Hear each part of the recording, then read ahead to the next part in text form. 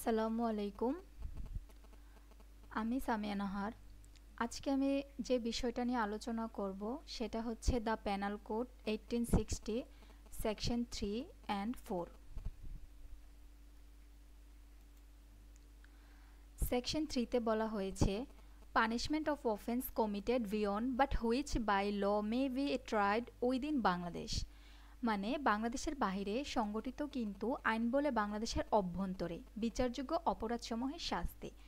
মানে সেকশন 3-এ বলা হয়েছে বাংলাদেশের কোনো নাগরিক যদি সীমানার বাহিরে কোনো অপরাধ করে তাহলে তাকে বাংলাদেশের আইনে বিচার করার এখতিয়ার আছে।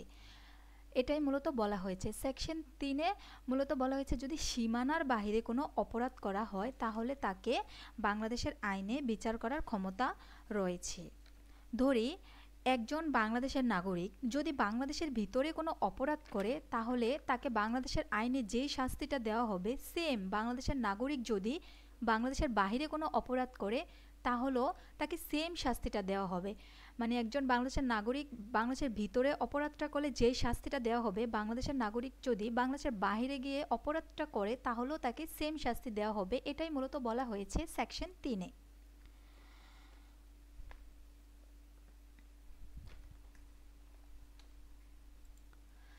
সেকশন 4 সেকশন 4-এ বলছে extension of code to extra territorial offence, রাষ্ট্রের সীমানার বাহিরে সংগঠিত অপরাধসমূহের বিধির সম্প্রসারণ।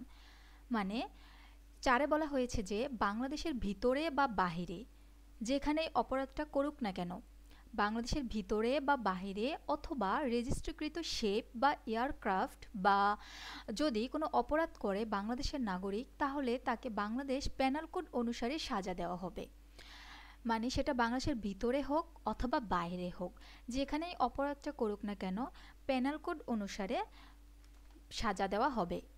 এটাই মূলত বলা হয়েছে সেকশন 4-এ। যেমন এক্সাম্পল হিসাবে যদি বলি, এ বাংলাদেশের একজন নাগরিক, সে ধরুন জাপানে খুনের একটা অপরাধ সংগঠন করে।